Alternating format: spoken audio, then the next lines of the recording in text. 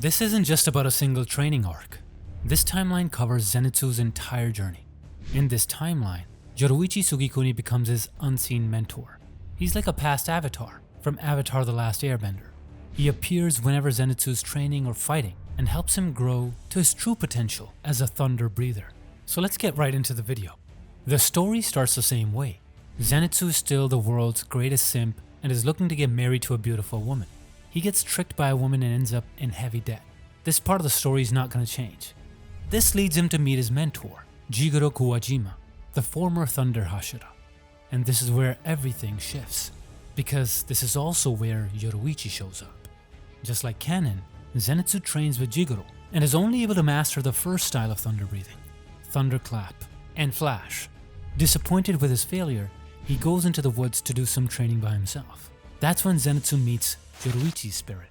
Yoriichi trains Zenitsu and teaches him proper swordsmanship. He even teaches him the basics of sun breathing. However, they both quickly realize that Zenitsu's body is not suitable for sun breathing, so Yoriichi focuses more on thunder breathing itself. He helps Zenitsu develop a much more powerful and refined version of thunder breathing. With Yoriichi's guidance, Zenitsu masters the 5 thunder breathing forms he couldn't use in the original timeline, refining them far beyond even Jigoro's level. Yoriichi's sun breathing fundamentals also awaken Zenitsu's dormant potential, allowing him to develop the 7th thunder breathing form much earlier. More importantly, Yoriichi's training removes Zenitsu's fear and lack of self-worth, the 2 things that held him back before. As a result, Zenitsu becomes significantly more powerful than in the original story. Jigoro doesn't fully understand these sudden changes, especially when Zenitsu talks about Yoriichi, but the results speak for themselves. Zenitsu now knows every thunder breathing technique and has even created a new one far earlier than expected. In the original timeline, the first time Zenitsu used the 7th form of thunder breathing, the Flaming Thunder God, was during his fight against Kaigaku in the Infinity Castle arc. But here he's already created it, before the final selection. This gives him a huge advantage compared to the original story. So during the final selection, Zenitsu kills the demons pretty easily. He's strong enough to fight and win against every demon in this area. The only one that gives him some trouble is the hand demon. But with Yoriichi's guidance and with Tanjiro's help, it's way easier than in the original timeline. They take him down together, becoming friends in the process. After this, Tanjiro and Zenitsu meet again during the Suzumi Mansion arc. This is the arc where we first saw Zenitsu's power in the original timeline. This time, he's a lot more useful in the battle. He doesn't fall asleep, he stays awake and protects the little kid while Tanjiro fights the drum demon. This was also where Zenitsu first met Nezuko and fell in love. The same thing happens this time, but he is a lot more composed. Being raised by Yoriichi has transformed him from a weak simp into a gentleman. He still pursues her, but is not down bad like before. The twist comes in the battle against Rui, the Lower Moon 5. In the original story, Zenitsu almost died from the poison of the spider demon. Here, he is much stronger, and he defeats the spider demon easily. He quickly goes to find Tanjiro and arrives just in time to see him use the Hinokami Kagura. Because of his training with Yoriichi, Zenitsu recognizes the sword techniques easily. Yoriichi sees this too and is both shocked and relieved that his sword techniques have been preserved for so long. Rui battles both Tanjiro and Zenitsu at the same time. They are pushed to their limits, but together they manage to defeat him. Giyu arrives just in time to witness this. When Kanao goes after Nezuko, Zenitsu steps in to help, but he still refuses to attack a girl. Nezuko and Tanjiro are still captured and taken to Kaguya Ubuyashiki. After Tanjiro finishes the Hashira meeting, he's sent to the Butterfly Mansion to rest and recover. There, Zenitsu and Tanjiro learn total concentration, breathing constant, and Zenitsu gets to spend time with his one true love at the same time. After Yoriichi nags him, Zenitsu finally talks about sun breathing with Tanjiro. He explained that he recognized the sword style that Tanjiro was using and offered to help him. With Zenitsu's help and Yoriichi's guidance, Tanjiro learns the basics of sun breathing and how it's connected to all the other forms of breathing. In this version, Tanjiro learns all the Hinokami Kagura forms much earlier, though he still struggles to use them consistently because of the strain they put on his body. Training alongside Zenitsu and indirectly learning from Yoriichi helps him deepen his understanding of sun breathing. This is a major improvement over the original timeline where he could only use Hinokami Kagura occasionally. Once they recover, they move on to their next mission, the Mugen Train. The main difference is that Zenitsu and Tanjiro are much stronger than before. They board the train with Rengoku, but Enmu traps all of them in his dream spell. This time Yoriichi pulls Zenitsu out of the dream, while Nezuko wakes up the others. They split up. Tanjiro and Inosuke go after Enmu, while Rengoku, Zenitsu, and Nezuko protect the passengers. Wanting to impress Nezuko, Zenitsu puts up an incredible fight, using all his thunder breathing techniques to protect the passengers. After that, Tanjiro and Inosuke finish off Enmu and the train still ends up derailing, just like in the original timeline. And this is where Akaza shows up and the whole story changes once again. Tanjiro does not get stabbed because he's way more experienced and senses it before it even happens. So both he and Zenitsu join Rengoku in fighting Akaza. This ends up helping a lot because Tanjiro activates his Demon Slayer mark. As the fight progresses, Zenitsu also activates the mark. Tanjiro, Zenitsu, and Rengoku go all out against Akaza. Inosuke isn't strong enough to join in and Nezuko is still passed out. Tanjiro and Zenitsu are weaker than Rengoku, but they're still a solid support in the fight. Then Tanjiro has a flashback, his father fighting the bear with a rusty axe, showing no battle intent. At the same time, Zenitsu remembered Yoriichi explaining that he needs the selfless state to defeat strong enemies like Akaza. And in this version, both of them finally activate the selfless state. With it, they both cut off Akaza's head. Realizing he's about to die, Akaza accepts his end, destroys himself, and finally reunites with his wife in the afterlife. Now Tanjiro and Zenitsu have the Demon Slayer mark and the selfless state. The only thing they really need now is full mastery of the transparent world. They've seen brief glimpses of it, but they haven't mastered it yet. But at least now, Tanjiro knows how to activate the Demon Slayer mark at will. When they return, Tanjiro and Zenitsu explain everything to the Hashira. They break down how the mark activates and what conditions trigger it. After a quick rest at the Butterfly Mansion, we jump straight into the Entertainment District arc with Tengen.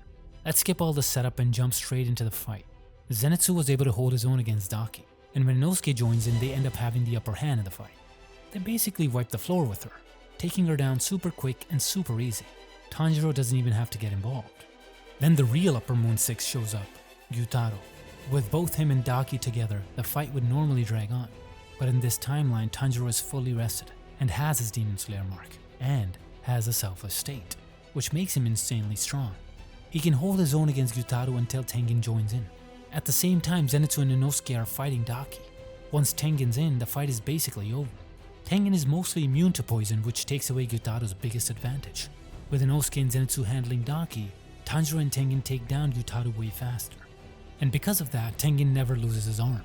With Nezuko helping to burn out the poison, both Tengen and Tanjiro are totally fine by the end. This makes the whole Entertainment District arc way quicker and way easier. And of course in this version, Tengen doesn't retire. He stays active, which means he's still around for the final battle too. In the original timeline, Zenitsu was sent on another mission, so he missed the entire Swordsmith village arc. The same thing happened here. He wasn't physically present. However, by this point, his influence had already caused several major changes to the story. Tanjiro is much better in sunbreathing because of him, and Rengoku is still alive.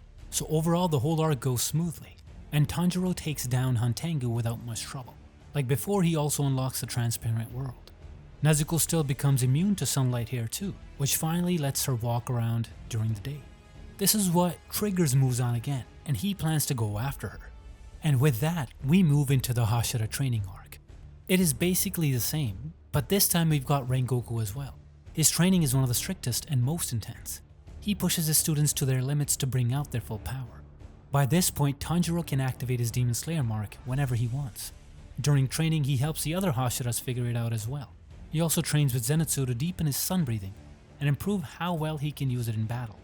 By the end of this arc, almost all the Hashira are able to push their limits and unlock their marks, except for Shinobu and Obanai. Zenitsu also learns about his master's death. Just like in the original timeline, the news hits him hard and pushes him to train even harder. From here, it's time for the final showdown. Just like before, Kaguya Obiyashiki sacrifices himself in a desperate attempt to destroy and weaken Muzan. Muzan survives, and all the Hashira rush in to attack him.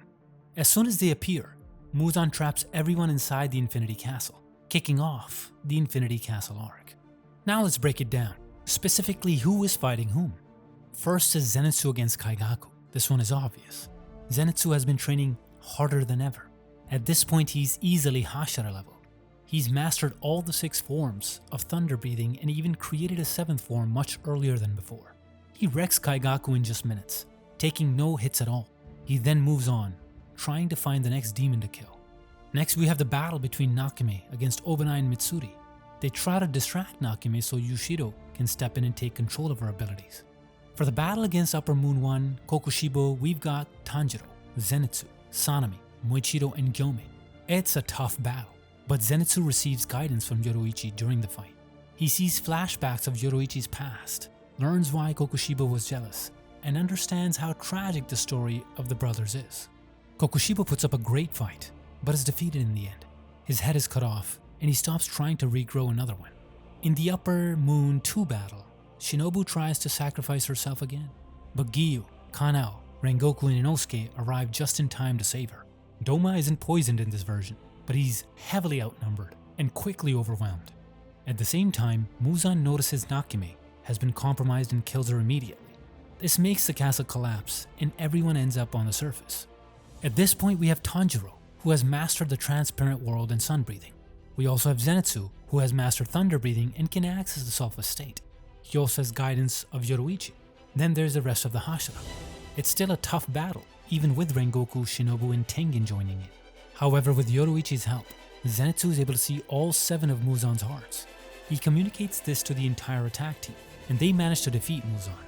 Muzan still turns Tanjiro into the Demon King, but he is stopped much quicker with the Hashira's help. They inject him with the antidote, and he returns to normal. Gyome still dies because of his injuries and because activating the Demon Slayer mark shortens his lifespan. Shinobu, Mitsuri, and Obanai manage to survive, but they are badly wounded. This timeline ends on a much happier note for Demon Slayer. The only bittersweet part is that Zenitsu activated the Demon Slayer mark, which means that he doesn't live as long with Nezuko.